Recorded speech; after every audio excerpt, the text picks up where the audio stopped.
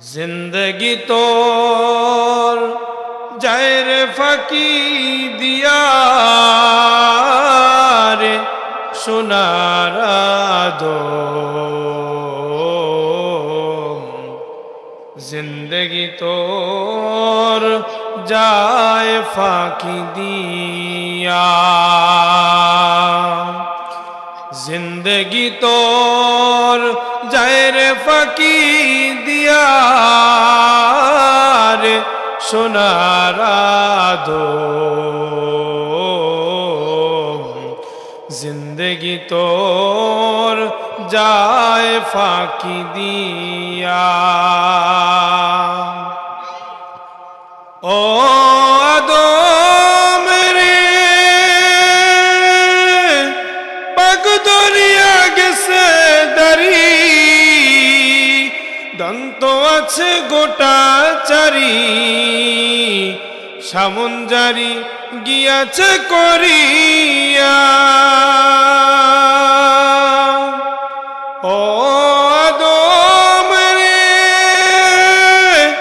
পাক দরিয়া গেছে দারি দন্ত আছে গোটা চারি সামন জারি দিয়াছে গইয়া রে সোনারা দো जिंदगी तोर जाए फाकी दिया जिंदगी तोर जाए रे फाकी दिया रे सोनारा दो जिंदगी तोर जाए फाकी दिया ओ आदम रे कोलेते कल घुमेते रइली तुई सारा निशी काटाइली तुई घुमाइया घुमाइया ओ आदम रे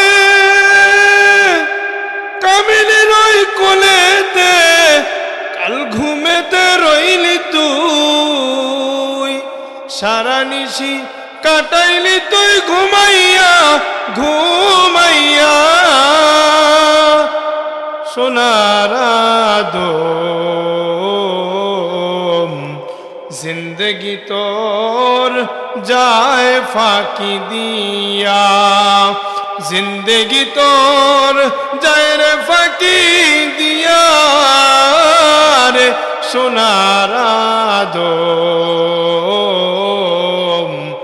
जिंदगी तोर जाए फाकी दिया जोरे बोलेन ना मारहाबा आरो जोरे बोलेन मारहाबा अध्यक्ष नूरे मदिना हाफिजिया माद्रासार उद्योगे 15তম বার্ষিক ওয়াজ ও দোয়ার মাহফিলের আজকের মান্যবর শ্রদ্ধাভাজন আস্থাভাজন সম্মানিত সভাপতি সাহেব দূর দূরান্ত থেকে আগত আল্লাহ পাকের আশিকিন জাকিরিন শাকিরিন মুহিব্বিন মুরব্বিন আজম কলিজার টুকরা সমবয়স্ক যুবক বন্ধুগণ স্নেহের ছোট ভাই ও আজকের আয়োজনের মাহফিল কর্তৃপক্ষকে আমার অন্তরের অন্তঃস্থল থেকে জানাই শুভেচ্ছা অভিনন্দন এবং কৃতজ্ঞতা বোধ করছি আল্লাহ রাব্বুল আলামিন যদি তৌফিক দান করেন আমি আপনাদের সম্মুখে পবিত্র কালামে পাকের আংশিক ছোট্ট একটি সূরা যে সূরার অগণিত ফজিলত যে সূরার মধ্যে রব্বুল আলামিন তার বরত্ব এবং মাহাত্ম্য তার অস্তিত্বের ঘোষণা দিয়েছেন জোরে বলেন না সুবহানাল্লাহ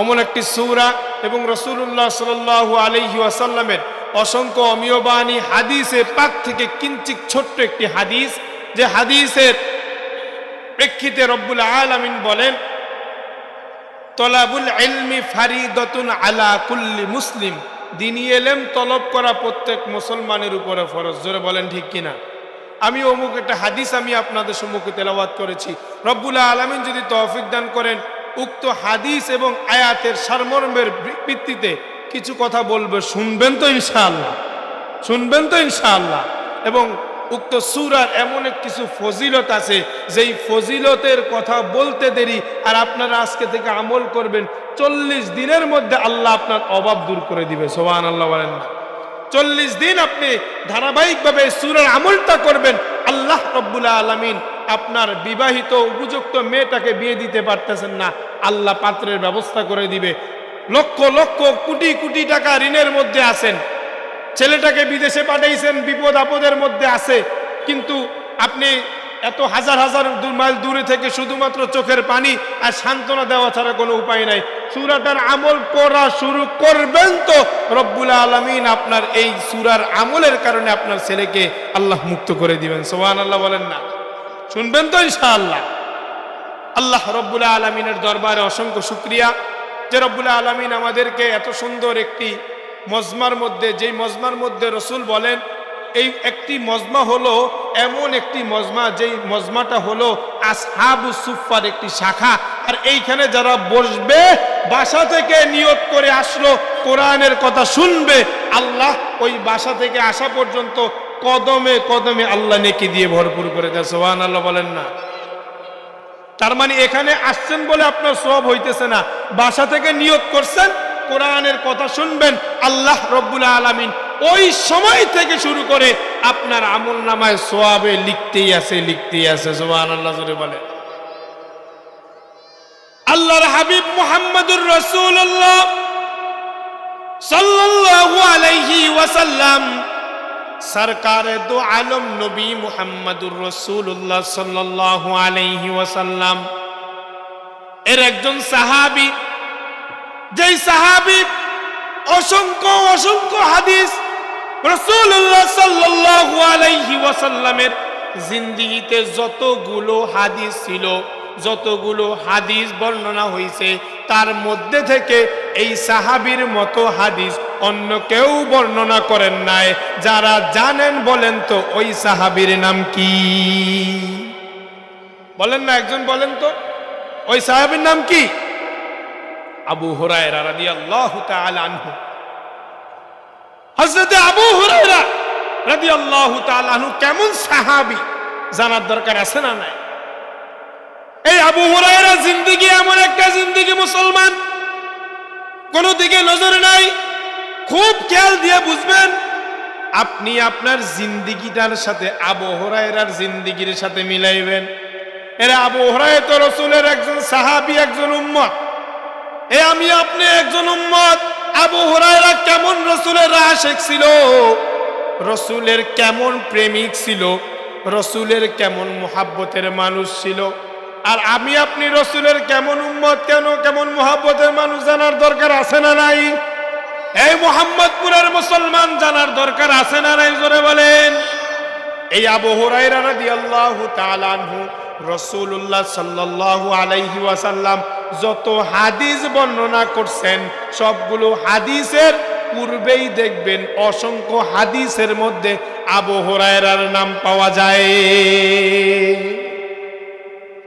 এই আবু হুরায়রা এমন একজন সাহাবী, হযরত আবু হুরায়রা রাদিয়াল্লাহু তাআলা আনহু রাসূলের একটা হাদিস যেন তার জিন্দেগি থেকে ছুটে না যায়।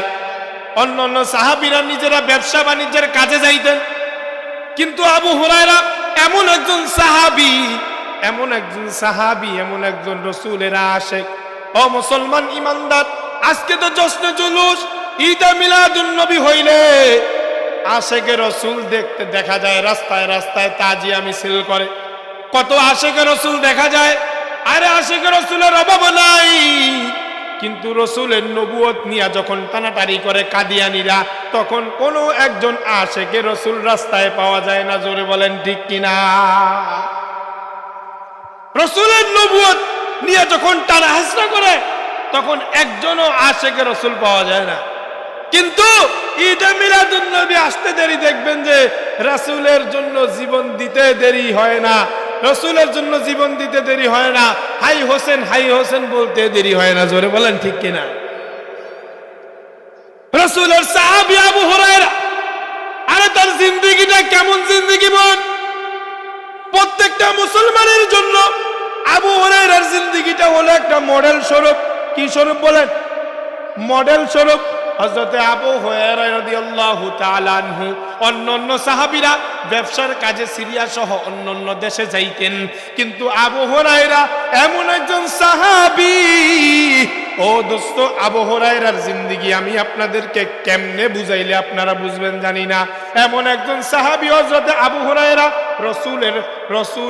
রসুলের যেখান থেকে রসুল ইলমে দ্বীন বিতরণ করতেন, আসহাবু সুফফার পাশে এমন ভাবে পাগলের মতো দাঁড়াইয়া থাকতেন, খাওয়া লওয়ার কথাও ভুইলা যাইতেন। এমন অবস্থা হয়তো কোন সময় এমন পাওয়া যাইত আবু হুরায়রার এমন অবস্থা হয়তো তিনি হঠাৎ করে জ্ঞান সেন্সলেস হয়ে যাইয়া আবু হুরায়রা গলা কাটা মুরগির মতো দরফর করতেন। অন্য সাহাবীরা আইসা আবু হুরায়রার নাকে জুতার যখন শুঙ্গাইতো, জুতা যখন নাকের কাছে নিত, আবু হুরায়রা চিৎকার মেরে বলতেন, ও নবীর সাহাবী, ও নবীর সাহাবীরা, তোমরা আমার নাকের কাছে জুতা আইনো না। আমি মির্কি ব্যারামে আক্রান্ত নয়, আমার মির্কি ব্যারাম হয় নাই বা আমার অন্য কোন রোগ হয় নাই।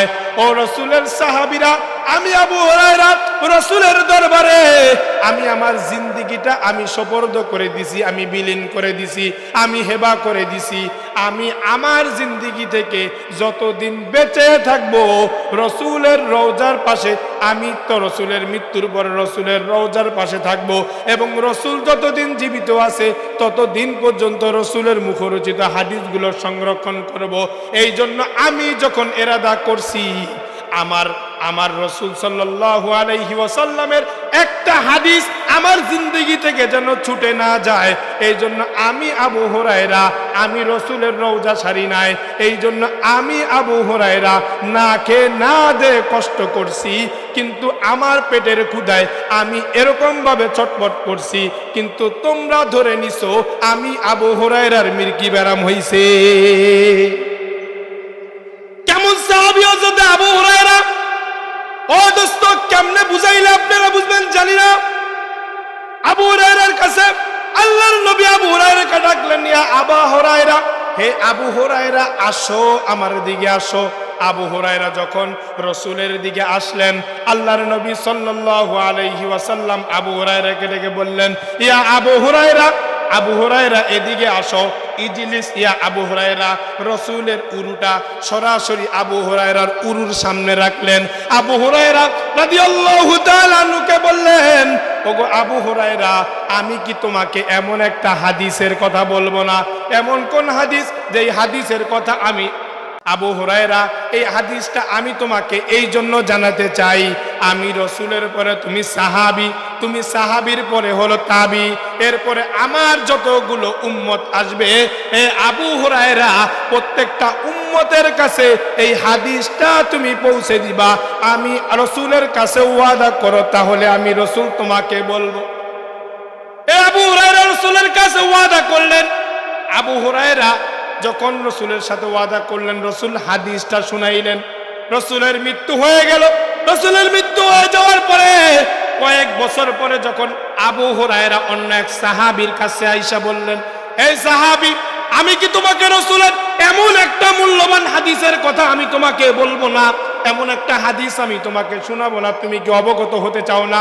সাহাবী বললেন, হ্যাঁ অবগত হতে চাই, যে রসুল আপনাকে স্বয়ং নিজে একটা হাদিস বর্ণনা করছেন, শুনাইছেন, এমন একটি হাদিস অবশ্যই আমি শুনতে চাই। আবু হুরায়রা রাদিয়াল্লাহু তাআলা আনহু বললেন, শোনো শোনো শোনো শোনো, আমি তোমাদেরকে ওই হাদিসটা শোনাই। যখন এই কথা বললেন, আবু হুরায়রা অজ্ঞান হয়ে গেলেন। এই হাদিসটা শোনানোর পূর্বে অজ্ঞান হয়ে গেলেন। সাহাবীর মাথার মধ্যে একটা টেনশন চলে আসলো, এমন কি হাদিস যে হাদিসটা শোনানোর পূর্বে আবু হুরায়রা সেন্সর হয়ে গেল। আবার আবু হুরায়রার জ্ঞান ফিরানো হইল। জ্ঞান ফিরানোর পরে আবু হুরায়রা এরপরে আবার যখন হাদিসটা বর্ণনা করবেন, এরপর এর পূর্বে আবার আবু হুরায়রা সেন্সলেস হয়ে গেল, অজ্ঞান হয়ে গেল। আবার যখন জ্ঞান ফিরলেন, আবার যখন হাদিসটা বর্ণনা করার পূর্বে যখন করলেন, তখন আবার আবু হুরায়রা অজ্ঞান হয়ে গেলেন। তিনবার অজ্ঞান হয়ে যাওয়ার পরে ওই সাহাবী বললেন, আল্লাহর জাত ও সিফাতের কসম কাইটা বলতেছি, ও রসুলের সাহাবী আবু হুরায়রা, আপনি আমাকে ওই হাদিসটা শুনান, এই যে হাদিসটা রসুল আপনাকে বলছিল। আবু হুরায়রা রাদিয়াল্লাহু তাআলা আনহু বললেন, তাহলে শোনো, আল্লাহ পাক রব্বুল আলামিন চার শ্রেণীর মানুষদেরকে বিনা হিসাবে তিনি জাহান্নামে নিক্ষেপ করবেন, তাদের কোনো কথা চলবে না। এই মুসলমান, মোহাম্মদপুরের মুসলমান, একটু চিন্তা করেন, এই চার শ্রেণীর মানুষের মধ্যে আমি আপনি আছি কিনা? এই চার শ্রেণীর মানুষ হলো এমন এমন মানুষগুলো, যেই মানুষগুলোর কথা শুনলে আপনি আশ্চর্যান্বিত হয়ে যাবেন। এমন চারজন মানুষ, যেই চারজন মানুষকে আল্লাহ রব্বুল আলামিন কিয়ামতের ময়দানে কোনো সুপারিশ তো শুনবেন না, বলবে যাও ফাখরুজ, যাও জাহান্নামে বের হয়ে জাহান্নামে চলে যাও। কোন চারজন লোক জানার দরকার আছে না নাই? জানার দরকার আছে না নাই? ওই আলেমকে ডাকা হবে। আরে তুমি কেন আলেম হইছো? বলবেন যে আল্লাহ, আমি আলেম হইছি আপনার দিনকে মানুষের কাছে প্রচার করার জন্য। আমি আলেম হইছি আপনার রসুলের জিন্দিগিটা আমি আমার মধ্যে তৈরি করার জন্য। আপনার রসুলের সুন্নতটা আমি আমার গায়ে পরিধান করছি আপনাকে খুশি করার জন্য। আল্লাহ রব্বুল আলামিন বলবেন, না না, তুমি ওই জন্য আলেম হও নাই।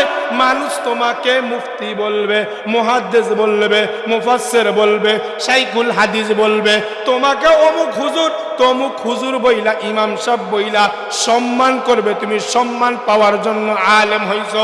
আল্লাহ বলবে, না না না, তুমি আমি আল্লাহর জন্য সন্তুষ্টির জন্য আলেম হও নাই। যাও যাও, বিনা হিসেবে জাহান্নামে যাও। আল্লাহ রব্বুল আলামিন দ্বিতীয় শহীদকে ডাকবে, এই শহীদ তুমি কেন শহীদ হইছো?